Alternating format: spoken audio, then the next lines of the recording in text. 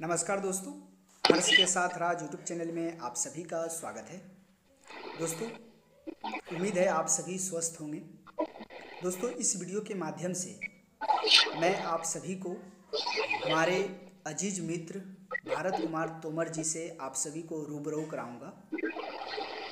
दोस्तों, मैं बता दूं आप सभी को, तोमर जी एक छोटे से गांव से चलकर सबसे पहले पायलट, फिर उनके बाद इंस्पेक्टर तक बनने का सफ़र, इनकी कहानियाँ, जो इनकी संघर्ष की कहानियाँ हैं, इनके बारे में जानेंगे। उम्मीद है कि इस संघर्ष की कहानी से आप सभी को भी बहुत कुछ लाभ ज़रूर मिलेंगे। तो मैं स्टार्ट करता हूँ। हमारे साथ तोमर जी हैं। सबसे पहले आपको तोमर जी नमस्ते। जी नमस्कार हर्ष भाई, क्या हाल है? ठीक है, गुड इवनिंग आपको। Very good evening. Tomar ji, कैसे हैं आप? जी ऊपर वाले का रहमो करम है, आप लोगों की दुआएं हैं, अभी सब ठीक है। मतलब स्मूथली सब चल रहा है। तोमर जी, मेरा यह वीडियो बनाने का एक ही मकसद है कि आपके आपने जो सफलता पाई है जी उनसे हमारे जो भी लिसनर स्टूडेंट हैं उनको कुछ हद तक आपसे कुछ सीख मिले। ये मेरा मेन फोकस है आप ऐसे बातचीत करने का। तो सबसे पहले तोमर जी, आप अपना परिचय जो है, आप कहाँ से, आपका होम टाउन कहाँ है और वर्तमान में आप कहाँ पर पोस्टेड हैं और किस पोस्ट पर पोस्टेड हैं? जी भारत कुमार तोमर नाम है मेरा, और मैं गांव थानपुर, जिला अलीगढ़ का मैं रहने वाला हूं, उत्तर प्रदेश। और मैं 2015 जो सीजीएल था, जी सीजीएल बैच 2015, उसमें मैं उस वक्त तो एक्साइज एंड कस्टम्स इंस्पेक्टर हुआ करता था। तब तक जीएसटी रोल आउट हुआ नहीं था। जी और अभी मैं यहाँ नागपुर वन कमिश्नरेट है मेरा, मैं यहाँ पे range as an sector officer range one में मैं इंस्पेक्टर हूँ, नागपुर वन कमिश्नरेट। जी। तोमर जी, बहुत बधाई है कि आप इतने अच्छे पोस्ट पर अभी कार्य कर रहे हैं। तोमर जी, ये बताइए कि इस वक्त जो पूरी विश्व इस महामारी से जूझ रही है जी और खासकर भारत की स्थिति वर्तमान समय में बहुत दयनीय है। जी। तो आप बताइए कि इस महामारी में आप अपने कार्य को किस प्रकार से कर पा रहे हैं और क्या कुछ परेशानी भी आ रही है? देखिए, परेशानी तो खैर पूरा मुल्क ही उठा रहा है, और रादर देन हिंदुस्तान की पूरी दुनिया को ही दिक्कत है। लेकिन ये है कि आपको ये समझना होगा कि भाई नॉर्मल सी अभी आने में थोड़ा टाइम लगेगा। तो तब तक आप ये कर सकते हैं कि भाई लोगों को आप इसके बारे में अवेयर करें, जो सरकार की प्रोटोकॉल है, जो गाइडलाइंस हैं, वो फॉलो करें। और जितनी सहूलियत आप अपनी तरफ से दे सकते हैं जो टैक्स पेयर्स को, बेसिकली मैं अगर जीएसटी और कस्टम्स की अगर मैं बात करूं कि भाई हमें पता है कि उन्हें टैक्स कंप्लायंस शो करने में या डॉक्यूमेंटेशन के जो भी रिप्लाई वगैरह वो दे रहे हैं हमारी तरफ से जो क्वेरीज हैं, तो बहुत ज्यादा हम अभी हार्ड एंड फास्ट कुछ ऐसा नहीं है कि भाई आज के आज ही आपको रिप्लाई करना है। हम उन्हें टाइम दे रहे हैं, सरकार की जो गाइडलाइंस हैं, जो प्रोटोकॉल्स हैं, वो पूरी तरीके से फॉलो कर रहे हैं, और एक ह्यूमन टच देने की हम लोग कोशिश कर रहे हैं इस सारे वातावरण को, कि भाई हम अपनी तरफ से उनकी जो भी बिजनेस एक्टिविटीज हैं, एटलीस्ट उनमें हमारी तरफ से कोई बाधा ना आए। हम कोशिश ये करें कि ऑगमेंट करें, सुधारें उनकी किसी भी स्थिति को, रादर जी देन जी कि भाई एक हर्डल हम क्रिएट करें। जी हम वहां पर रेवेन्यू जनरेट करने के लिए हैं, किसी को परेशान करने के लिए नहीं। और वही हमारी पूरे डिपार्टमेंट की कोशिश है कि भाई हमारी वजह से किसी को ये नहीं लगना चाहिए कि जी एक्सप्लॉयटेशन किसी तरीके का हो रहा है इस टाइम में। जी जी। और सारे हायर ऑफिशियल्स हैं, उनके क्लियर कट इंस्ट्रक्शंस हैं कि ऐसे टाइम में आप लोगों के लिए मतलब सकारात्मक वातावरण बनाने का प्रयास करेंगे, और जी। वही हमारी तरफ से पूरा प्रयास है। अच्छा, ये बताइए कि इस कोरोना महामारी में जिस प्रकार से आप सोशल मीडिया पर कुछ रूमर्स चल रहे हैं कि ये 5G आने के वजह से कोरोना महामारी हो रहा है, तो आप क्या इनके बारे में क्या कुछ कहेंगे? क्या सही में, और जो हमारे लिसनर हैं उनको क्या बताएंगे कि ये महामारी निश्चित तौर पर एक भयानक महामारी है जिससे बचना बहुत ज़रूरी है? देखिए हर्ष जी, पहले तो मैं आपके सभी जो भी दर्शक हैं आपके चैनल के, या जो भी इसको देखने वाले हैं, उन्हें एक चीज बता दूं, मैं खुद कोविड पॉजिटिव मैं अभी हुआ था करीब 20-22 दिन पहले। जी जी। ओ। मेरी वाइफ, मेरी 10 महीने की बेटी भी कोविड पॉजिटिव हुई थी।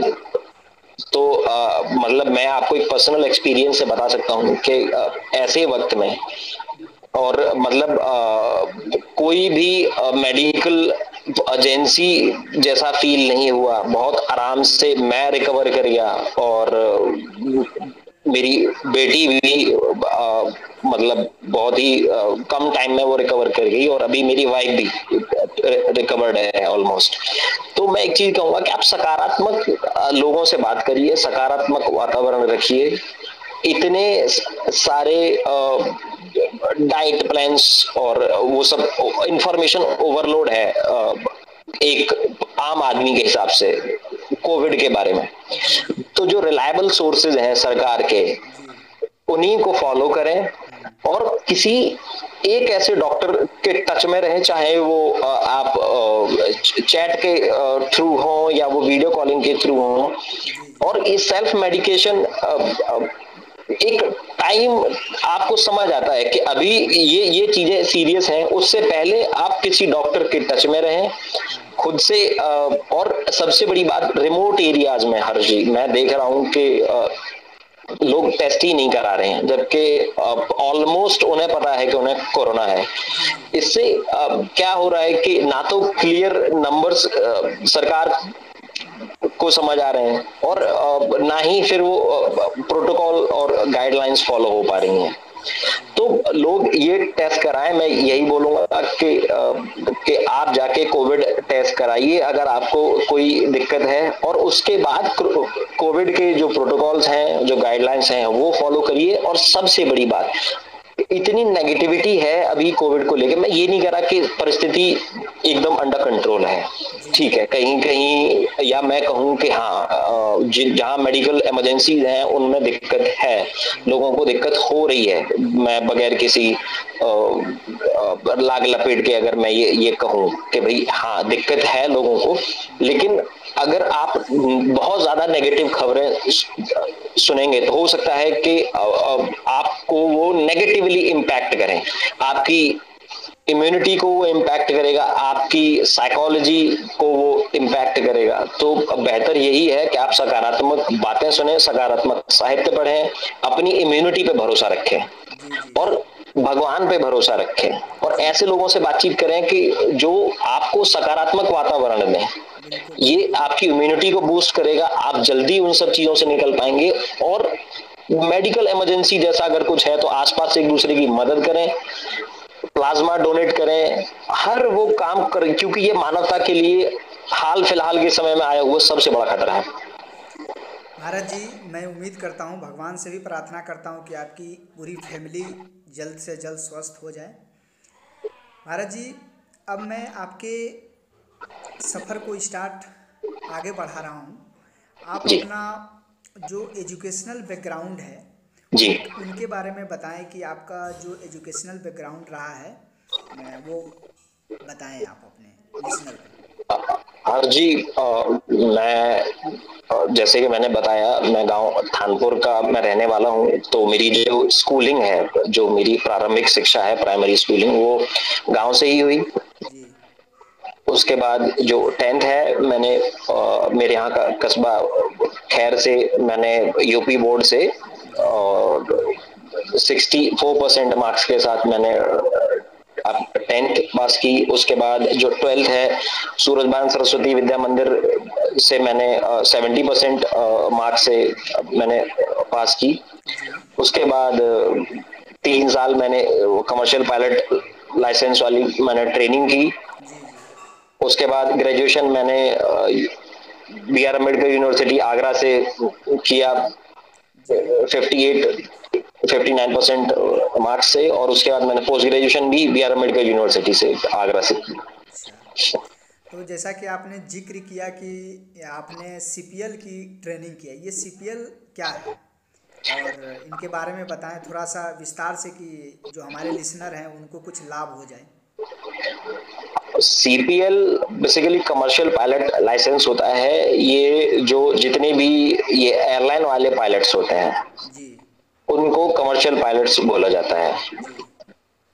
ये ट्रेनिंग बेसिकली इसकी जो एजुकेशनल जो क्वालिफिकेशंस जिसके लिए एलिजिबिलिटी जो चाहिए वो 12th होना चाहिए। लेकिन मतलब मेरा जो एक्सपीरियंस रहा है सीपीएल को लेके वो मैं कहूंगा कि वो एक लर्निंग कर्व था मेरे लिए।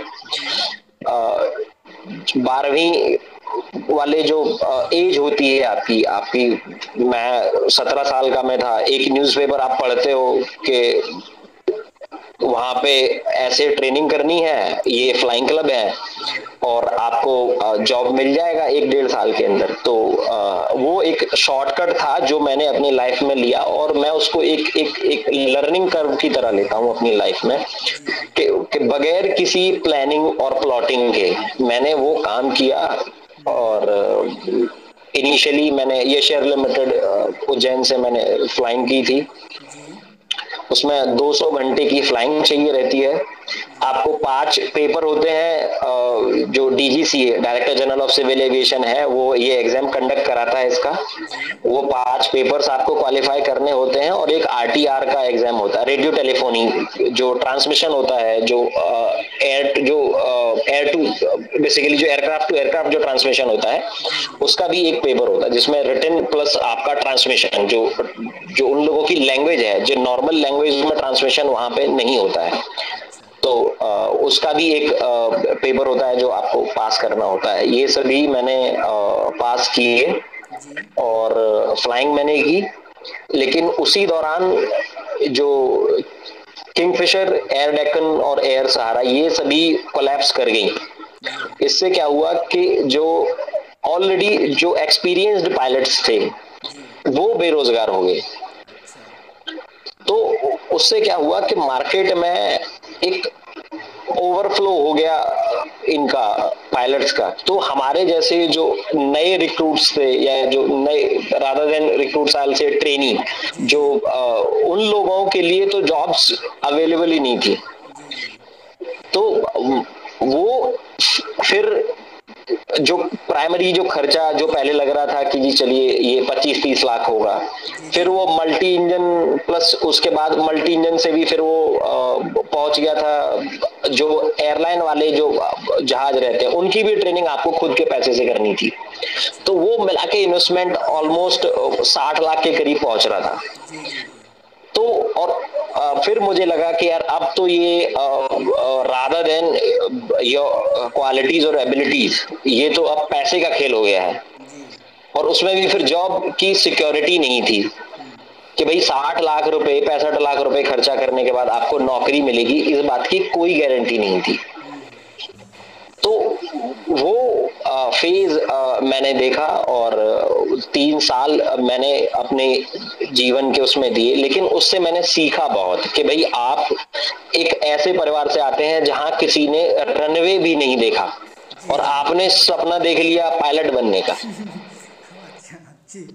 और मतलब उसके लिए वही है कि मैं अपने पिताजी को मैं धन्यवाद दूंगा और कि उन्होंने मुझे वो सपना देखने दिया। जी। जी। क्योंकि अगर वो सेटबैक मेरी लाइफ में नहीं होता तो शायद आज मैं जो हूं वो नहीं होता। क्योंकि 17 साल की उम्र में जब आपके सर पे आप एक लोअर मिडिल क्लास फैमिली से आते हैं, चलिए ठीक है, एक ऐसी फैमिली है जहां भाई 25-30 लाख मायने रखते हैं। जी। जी। जी।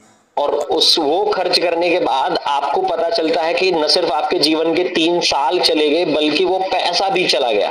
जी जी तब जब आप उठते हो वहां से तो आप बनते हो वो एक सिंसियर और सीरियस इंसान जो जिंदगी को फिर एक नए एस्पेक्ट, नए नजरिए से देखता है। बिल्कुल बिल्कुल। चलिए, आपने कुछ बहुत कुछ सीखा उनसे। जी। हर कोई को सीखना भी चाहिए भी। भारत जी, अब मैं ये प्रश्न जो अगला पूछ रहा हूँ, ये जी। प्रश्न लगभग लगभग हर छात्र जो कॉम्पिटिटिव एग्ज़ाम या कोई भी एग्ज़ाम की तैयारी करने के दरमियान उनके मन में ये बातें आती है। जी। प्रश्न यही है कि अगर कोई छात्र तैयारी कर रहा है या कर रही है, उनको उस पुरुष छात्र को अगर महिला मित्र हो जाए या महिला छात्रा को पुरुष मित्र हो जाए, तो क्या उनकी सफलता में ये बाधक होगी? मैं इस कारण से ये पूछ रहा हूँ क्योंकि ये मैं भी समझता हूँ, आप भी समझ रहे हैं, और हर छात्र के मन में ये बातें आती है। सिंपल वे में कहा जाए तो कहा जाता है कि गर्लफ्रेंड होगा तो क्या सफल हो सकते हैं, या बॉयफ्रेंड होगा तो सफल हो सकते हैं। तो आप इनके बारे में बताएं। हाँ, देखिए हर्ष जी, इस चीज को लेके मेरा जो एक्सपीरियंस है, देखिए हर इंसान का अपना अलग एक्सपीरियंस होता है। पर्सनल एक्सपीरियंसेस ही हमें वो बनाते हैं जो हम जी हैं। जी ठीक है। बिल्कुल। अभी मैं इसके लिए सबसे पहले तो मैं एग्जांपल मैं कोट करूंगा कनिष्क कटारिया जी का, जी जी जिन्होंने यूपीएससी टॉप करने के बाद उन्होंने अपनी जो उस वक्त जो उनकी गर्लफ्रेंड रही होंगी उनका उन्होंने धन्यवाद किया था कि उनसे मुझे बहुत इंस्पिरेशन मिली। जी जी बिल्कुल बिल्कुल। सेम यही मेरे मेरे साथ रहा कि मेरी जो क्लासमेट भी थी पहले, उसके बाद फिर हम लोग एक रिलेशनशिप में थे जब मैं तैयारी कर रहा था। तो मुझे कभी ये नहीं लगा एक फ्रैक्शन ऑफ सेकंड के लिए भी कि भाई इस रिलेशनशिप की वजह से अब मेरी पढ़ाई डिस्टर्ब हो रही है। उल्टा यही था कि मतलब एक इंस्पिरेशन मिलती थी। She was doing MCA and then she was working with well reputed company for software development, और वो जॉब करती थी, मैं बेरोजगार था। तो अच्छा। ये जो चीज है इसने मुझे इंस्पायर ही किया कि चलिए कुछ करते हैं लाइफ में, और उसने थ्रू आउट मुझे सपोर्ट ही किया। कभी टाइम ऐसा मुझे नहीं लगा। मुझे याद है कि मैं लाइब्रेरी से निकलता था जी तो जी मैं उसे फोन करता था, मैं घर पहुंचता था, रास्ते में बातचीत करता हुआ, मैं खाना खाते हुए मैं उससे बात करता था, और फिर वापस मैं उठ के लाइब्रेरी जाता था, और लाइब्रेरी के सही गेट पे पहुंचने से पहले मैं फोन काट दिया करता था। मैंने कहा अब मैं लाइब्रेरी आ गया, चलो बाद में बात करेंगे या कल बात करेंगे। जी जी एक फिक्स्ड टाइम था बातचीत करने का भी, और मतलब अपनी कभी कभी ये होता है कि हम हर बात अपने घर वालों से नहीं कह सकते। जी जी बिल्कुल। अपनी जो फ्रस्ट्रेशंस हैं या चलिए किसी चीज को लेके कोई परेशानी है, तो वो सारी चीजें और वो एक इमोशनल जो आपको सपोर्ट चाहिए रहता है वो मुझे मिला। और आज शी इज माय वाइफ, और बेटी है 10 महीने की हमारी, और it's been wonderful journey with her. और कोई समस्या नहीं आती, कोई परेशानी नहीं आती, बशर्ते आप वो टाइम मैनेज करके जी रखें, जी बिल्कुल। भावनाओं में बह ना जाएं। आपको पता रहना चाहिए, प्रायोरिटीज आप अपनी सेट करते हैं कि आज की डेट में इस समय आपकी क्या प्रायोरिटी है, ये आपको डिसाइड करना है। और जो अच्छा आपका पार्टनर रहेगा वो कभी आपकी एनर्जी, आपके टाइम को वेस्ट नहीं करेगा। जी जी बिल्कुल। तोमर जी, आप जब बात पार्टनर की हुई तो मैं ये जानना चाहूँगा कि आपकी कोई भी उनकी कोई स्टेटमेंट याद है जो आपको हमेशा माइंड में घूमती थी तैयारी के दौरान, कि लग रहा है कि नहीं ये बातें उनकी जो है ना ध्यान में रखते हैं, या मोटिवेट हो जाते होंगे आप? कुछ बातें अगर याद हो तो आप बता सकते हैं? सबसे बड़ा मोटिवेशनल फैक्टर तो यही था, she was the topper of my class at that time. Eighth अच्छा। नाइन्थ टेंथ थ्रू आउट उसने टॉप किया। जी जी तो हमेशा से ये रहता था कि यार चलो इंटेलेक्चुअली उसको मैच करना है। जी जी जी और उसके बाद मतलब हम लोगों पहले दोस्त थे, जी उसके बाद फिर रिलेशनशिप में आए। तो वो जो चीज होती है कि भाई आप उसमें कुछ दिखावा नहीं था, मतलब जो वो फील करती थी वो कहती थी। अगर उसको लगता था कि अभी 2-4 दिन से जैसे मेरी पढ़ाई डिस्टर्ब हो रही है या फिर मैं दोस्तों के साथ ज्यादा टाइम में स्पेंड कर रहा हूँ, तो वो कह देती थी कि अभी ये काफी बहुत ज्यादा हो रहा है, थोड़ा पढ़ाई पे तुम अपनी पे ध्यान दो। जी जी जी और वही है कि एक टाइम के बाद दोनों की एज भी मैरिज वाली हो रही थी, तो एक वो भी प्रेशर था कि यार शादी करनी है। तो जी ये चीज ज्यादा इंस्पायर करती थी कि चलो यार टाइम से पहले करियर होना चाहिए, कहीं ऐसा नहीं कि चीजें बहुत लेट हो जाए। बिल्कुल बिल्कुल। तो वही है कि ऊपर वाले का रहमो करम रहा कि चीजें टाइमली हो गई, दोनों फैमिलीज ने सपोर्ट किया फिर शादी में। जी और लोगों ने तो खूब हंगामा किया, एक टिपिकल जाट लैंड से आप आते हो, लव मैरिज आप कर रहे हो, पंचायत लग गई, ये हो गया वो हो गया, दुनिया की नौटंकी। जी जी लेकिन क्योंकि दोनों फैमिली सपोर्ट कर रही थी तो फिर चीजें हो गई आराम से। मतलब लोगों ने इश्यूज क्रिएट किए, जी जी जी और जो बहुत फिल्मी नहीं होता कि भाई पंचायत लग गई, जी लड़के जी लड़की को मार देंगे, वो सब नौटंकी भी हुई थी। अच्छा। लेकिन क्योंकि फैमिली का सपोर्ट था, और तो वही है, फिर चीजें स्मूथली हो गई, कोई ज्यादा दिक्कत आई नहीं। जी जी। मूल रूप से आपके इस प्रश्न का आंसर यही रहा कि सकारात्मक दोनों तरफ से रहें तो निश्चित तौर पर सफलता इनमें कोई बाधक नहीं है, कहने का बिल्कुल मतलब। बिल्कुल बिल्कुल, रिलेशनशिप कोई भी कैसी भी हो, जी आपकी आपके वो स्ट्रगल को कम ही करती है किसी न किसी तरीके से। जी जी वो आपको सकारात्मक योगदान ही देगी आपके संघर्ष के दिनों में। अगर कोई भी रिश्ता ऐसा है, सिर्फ गर्लफ्रेंड बॉयफ्रेंड नहीं, कोई भी रिश्ता ऐसा है कि जो अगर आपको लग रहा है कि आपको पीछे खींच रहा है, या मतलब पॉजिटिवली कंट्रीब्यूट नहीं कर रहा है अपनी लाइफ में, तो उस रिश्ते से दूरी बना लो फिर आप। जी जी